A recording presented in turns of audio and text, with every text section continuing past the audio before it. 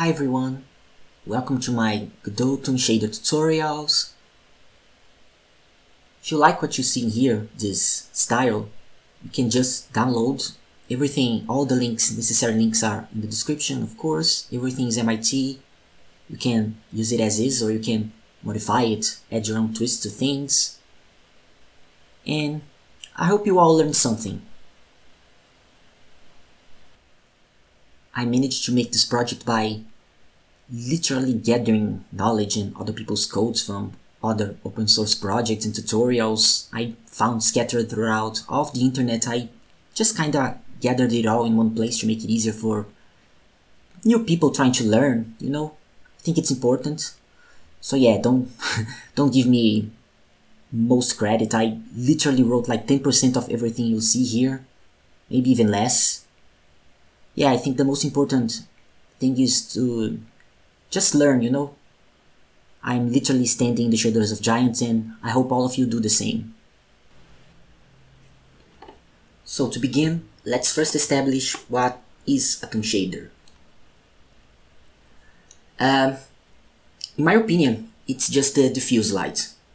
You see, at least in most hand-drawn cartoons, there are like two zones in each actor.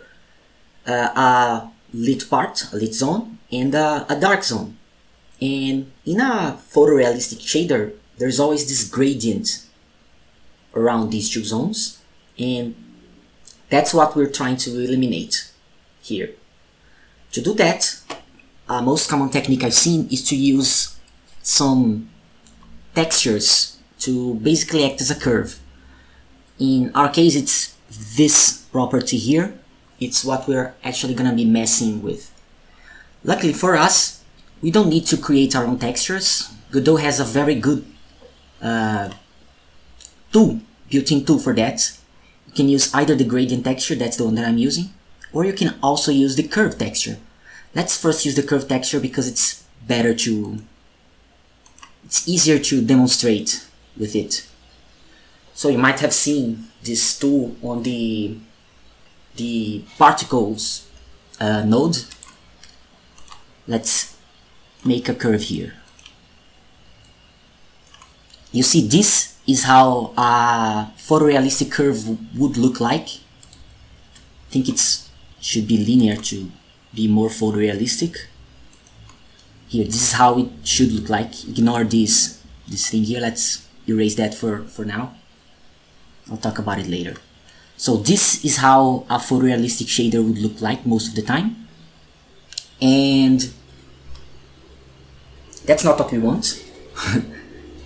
So to fix that, this is how we do that. We just take this guy here and we bring it as close as possible to 1. See, now it's looking back to what it was looking before. This is basically it, I would say. You can use this curve to make more bands. They are very common as well. For example, you can do that. Linearize here and create another one. Let's make it linear too, and there. You see, I can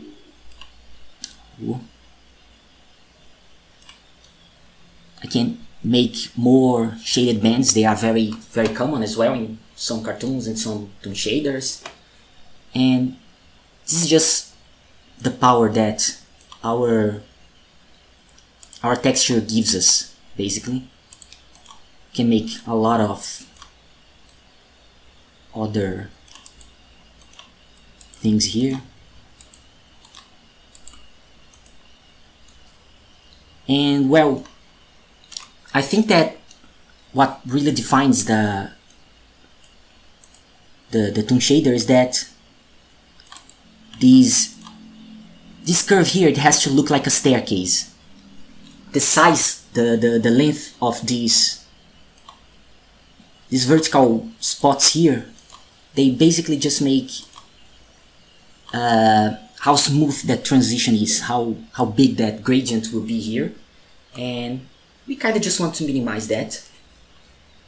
And yeah, this is basically it, in my opinion. This is what defines your Toon shader. You want to create that curve and it has to look like a staircase. The most basic of all the staircases should be just the, how do I remove that? Should just look like that. Here, in my opinion, this is the most basic one. And there is an easier way to control those spots, those points here, and it's by using, instead of using the curve texture tool, you use the gradient texture tool. Well, the gradient texture, it has the offsets of your color pool here. You see this point here is just white, this one is pure black, and you would want to make it like this, and here, this is how the offset is. And the one I made the offset that I chose to be my default offset is 0.02, and this is how I'm going to go with. So yeah, this is how you deal with your diffuse on a Toon shader. So you see that by making the diffuse like that, we lose a lot of volume. I mean, at least in this case, the C here helps to give some shape to it, but if it wasn't for the C, it's way too flat. Sometimes that's your objective. I mean, the point of a Toon shader is to make things look flat and less CGI-ish. So another thing that like hand-drawn cartoons like to do is to use what we call rim lighting here. Let's turn it on. Yeah, this is basically it. If I put it, the higher I make it, the brighter it looks. So the one I was using was just that much here. And yeah, if you increase the rim amount, make it bigger. It was 0.3 before. And that smoothness is the same thing as that length here before. If I increase it, you just make this thing here smoother. And yeah, this is basically what I am using to create volume. Next thing that we can also use to create volume is what was seen here all the time. It's the outlines. Outlines are not always used, but I like them, and I think a lot of people like them.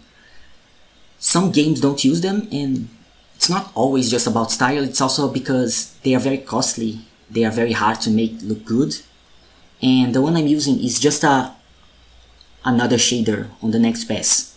This is basically a vertex shader. This one was made by GT Quest, not by me. Not sure I made any significant changes here, probably not. And yeah, this is basically it. The main negative of this shader, that it looks really bad if you have your models with sharp edges like in a cube. You can just see how it looks, but basically what this shader is basically just a grow shader with the normal Godot options. So it might disassemble might unlink some faces if they have some sharp edges. So if you really need a model like a box that has sharp edges to them, I recommend you to smoothing out those edges into a little bit more vertices. You might lose a little bit in that point, but yeah, I think nothing comes free. You can also just not use those contours at all. Another thing that making your models more rounded out helps a lot as well is on the rim lighting, because what it actually does is basically calculate the normals of the surface and the dot product between the normal and the view vector. So it might not look ideal, the size of that lit band here, it will change way too much if you have flat faces, flat surfaces. If you want it to look as uniform as possible, then you want rounded models, like this stone here, for example. Well, lastly, there is the specular, which is used in many places. I just didn't want the specular in the stone because I don't think it makes sense for stones to have a specular blob on them. It's not for stones, I think. But yeah, we have a specular algorithm here. It's the same as the rim. Works on the same way, I mean.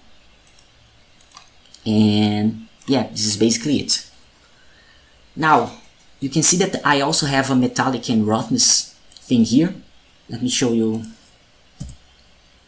on the sand. It makes more sense to show it here. The point of this, it's just to deal with screen space reflections. I mean, in most cases you just want metallic to 0 and roughness to 1. But in case you want some screen space reflections, you can just use them. You can see reflections all over here. And yeah, I think reflections is not something that I've seen supported on most Toon shaders that I've seen around here. So yeah, I made it possible. You can see that just by changing the roughness here, the diffuse lighting also changes around here. It doesn't affect specular, but it does affect the diffuse light, especially with the ambient light. That's basically what it changes. So yeah, in most cases, I think if you don't want anything reflected on your surface, on your object, then just leave it at 0, 1. If you do, then mess around. Just put roughness to 0 and mess around with the metallic to decide how much you want the reflections to appear. So one last feature that I also included is those textures, specular and rim textures, and the surface texture here. Let's talk first about these two. Well, some rare games I've seen, just Breath of the Wild, they use something like that, so I felt like including it. Let's show here. It's basically a texture that allows us to modify those specular amount and specular smoothness values at each pixel. The red channel here goes to specular, green channel goes to amount, and blue channel goes to smoothness. So let's just activate it here, and you see now how those how the specular blob here is now modified. It has this thing. Let's put this other one instead. Oh, it was this one actually. Here it's more thinner things here. Yeah, the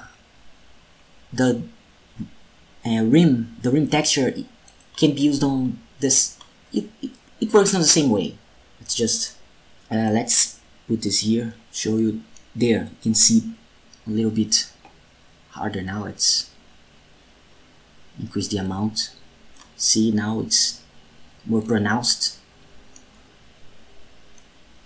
Let's make it this one here. It's easier to see. So yeah, you can use those textures for those reasons as well. Now lastly, we have these surface textures here. They're basically metallic and roughness. The red channel is metallic and the green channel is roughness. Well, I can see like not much use for that. Maybe you want to like create puddles on the ground and the puddles are reflective. So yeah, it's just more ways to customize your materials. So now to end the video, the reason why I call this shader complete is because I managed to include everything that the base spatial Godot shader can offer. For example, let's make this guy a a base spatial shader here, spatial material I mean. You see when you make one, they have all these options here. I managed to include everything as a possibility on these shaders. If you go here on this folder here, shader codes, and the Toon shaders, you see it has the base Toon shader, which was the one I was showing you about, and the bumps, transparency, and bumps and transparency together. Well, the bumps map here, it has normal maps, basically normal maps, ambient occlusion, depth map, and anisotropy. The transparency one, it has subsurface scattering, transmission, refraction. Mostly I didn't include what's the name of that here, clear coat, because what basically this does is that it puts another specular light blob on top of your specular light blob, so well, it's basically to make things look glossier. So it just, since I give you already on the base shader a lot of control over your specular blobs, I didn't think this was important. But if you do want it, you can just you can literally just copy this code here again and just use other variables here. Put I don't know, a 2 on top on their name, like spec gloss 2, spec smooth 2, etc, etc. The same thing for the these uniforms here as well, and yeah, you will be fine. You'll have another specular blob on top of your specular blob. But yeah, that's basically it. Oh yeah, I also didn't include where is this guy here? I also didn't include UV2, but if you want to make UV2, basically what you have to do is like literally what I said about making another specular blob. You just make another of everything else all together. There's not much mystery to it. Let's see how this sand, for example, I have included also some textures here if you wanna test them. Let's put the bumps here, and just by including the bumps, you'll see some anisotropy variables here. You'll see normal maps, depth maps, and ambient occlusion maps, anisotropy maps here. Let's show you this texture. Let's go to sand. You see, there's also something else. All these textures, they were not made to be kinda cartoon friendly, so they might not look the best with this thing. But yeah, let's just use them for an example. That's your map here. You can see some things. It's also way out of scale. Let's change it. There you can see already has some things going on for it. You can put the height map here.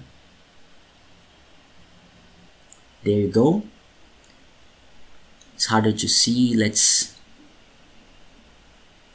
put the scale on it, and there you go. Well, it's not much to see actually, but yeah, it's not for every game in my opinion, not for every Toon shaded game, but you can take advantage of those features, of course. There's ambient occlusion, yeah, so yeah, there's a lot to do here. If you want to see some transparency, you can see that the smoke here, it's transparent. All these bottles, they have refraction. You can see they slightly deform what's behind them.